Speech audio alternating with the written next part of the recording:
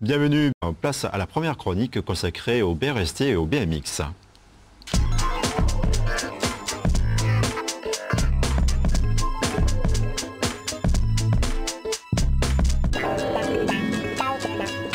Association BRST, bonjour.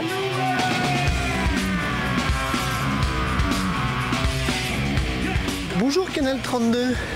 Qu'est-ce qu'on voit aujourd'hui? Aujourd'hui, on va changer de site. La dernière fois qu'on s'est vu, on était sur la piste du complexe Henri Terré à Troyes, donc une piste de compétition, de course. Et là, on est plutôt sur le bowl municipal de Troyes, donc le côté freestyle du BMX. Donc aujourd'hui, on va apprendre ce qu'on appelle le wall ride. Je vous le traduis en anglais. Rouler sur le mur. On va rouler sur le mur où il y a marqué en gros 3, ok. Donc le but, c'est de rouler sur le mur. Alors comme vous le constatez, l'humidité et la flotte se stagnent un petit peu à certains endroits. Et on a notre président du BRST, notre président préféré, qui vient pour nous nettoyer la surface. C'est parti. Et le but là, c'est de sauter le plus haut possible. Qu'est-ce qu'on peut faire avec un mur comme ça? Alors là, le but, c'est déjà de présenter l'exercice le plus haut possible. Ça peut être un objectif. D'accord? Moi je présente le truc avec beaucoup de simplicité. Après on peut très bien en sortant du saut du mur le faire avec une figure. Je ne le présenterai pas moi. Si vous faire avant de sauter sur le mur, là, port du casque obligatoire. Port du casque obligatoire, forcément, ouais, toujours, c'est toujours la consigne. Et puis en arrivant sur le mur, déjà il faut prendre suffisamment de vitesse pour pouvoir arriver justement sur le mur. Et cette vitesse va servir aussi donc à faire comme Nico est en train de faire, à rouler donc sur le mur et à pouvoir aussi en sortir. Foncer dans un mur, c'est impressionnant quoi. Ouais, là on commence vraiment à rentrer dans une grosse technicité, je dirais, par rapport à... Excusez-moi, téléphone. Association BRST, bonjour. Oui, lui-même. Bon, il veut pas répondre, il est au téléphone. Allez, moi je réponds. Alors, est-ce que c'est des figures les plus impressionnantes parce que sauter par-dessus Ah, il se cague. c'est un peu plus impressionnant que les bases du BMX, c'est-à-dire qu'on n'est plus dans les fondamentaux, là on rentre dans une figure qui devient un petit peu plus technique. Donc foncer dans un mur, ça part en 3 phases. La première phase, être capable de sauter déjà. Celui qui ne sait pas sauter ne pourra pas le faire. La deuxième phase, oser être penché à 90 degrés, donc être à la verticale pour aller s'appuyer à la verticale sur le mur. Donc la force de gravité étant vers le bas, hein, vous connaissez la pomme de Newton, je parle pas la pomme de Steve Jobs évidemment. Donc il faut être capable de gérer sa force de gravité de façon à taper dans le mur et rebondir. Celui qui n'a pas assez de vitesse, il va glisser le long, celui qui en a trop, il va s'écraser dans le mur. Je vais essayer de trouver la vitesse régulière pour pouvoir vous le montrer, c'est parti.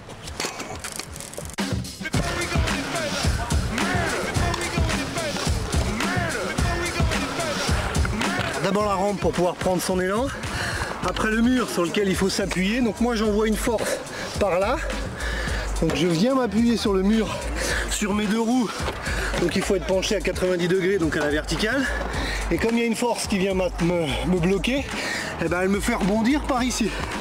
Donc quand j'ai suffisamment de vitesse, je m'appuie et je fais comme un bunny hop, la première leçon qu'on a vue, et je refais un bunny hop pour aller retomber ici là sur le pont incliné. Si je pouvais atterrir sur la courbe ou retomber sur la courbe là. Ah bah c'est du sport hein, en même temps. Hein. C'est pour ça qu'on est dans une fédération sportive, parce qu'on fait du sport. Juste un petit truc, c'est dans la dernière partie que la majorité des meilleurs freestylers rentrent une figure. Donc ça peut être un tail whip, un buzz driver, voire un 360. Je vous le dis tout de suite, le BMX, si vous y mettez du courage, vous y arriverez. Bon, la chanson, non. Alors on va pas faire de chansons, moi je vais vous proposer un peu de poésie aujourd'hui, hein, histoire de changer un petit peu. Et je vais vous dire, patience et longueur de temps font plus que force ni que rage, de Jean de La Fontaine. Et vive le sport. Oh, l'actu pour le BRST, on se prépare pour l'Assemblée Générale. Voilà. Histoire de clore la saison, qui a été riche en rebondissements et aussi en podium, notamment avec Charlotte Rosnay qui est donc vice-championne d'Europe donc en 2010 et en 2011. Voilà. Après on a toute une paire de jeunes recrues aussi qui ont terminé premier du Challenge Nord-Est, comme monsieur Tim Charrière par exemple. Et puis voilà, on attaque la prochaine saison avec en exclu aujourd'hui pour vous Canal 32. On va organiser donc une manche interrégion sur la piste du complexe Henri Terré.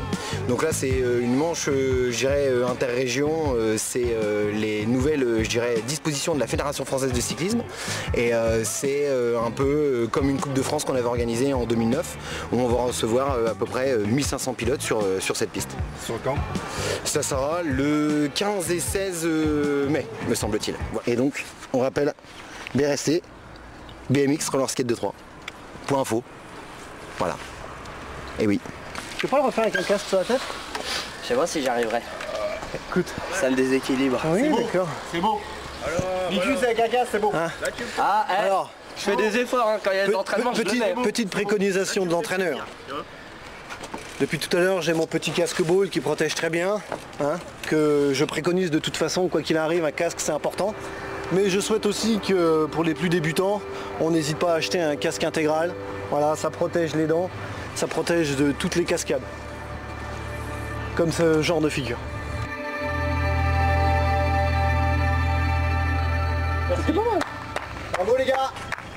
Merci. Vraiment là les gars, vous pouvez vous applaudir. Hein. Merci. On était formidables. Bravo le BRST, et oui, port du casque obligatoire. Dans un instant, on retrouve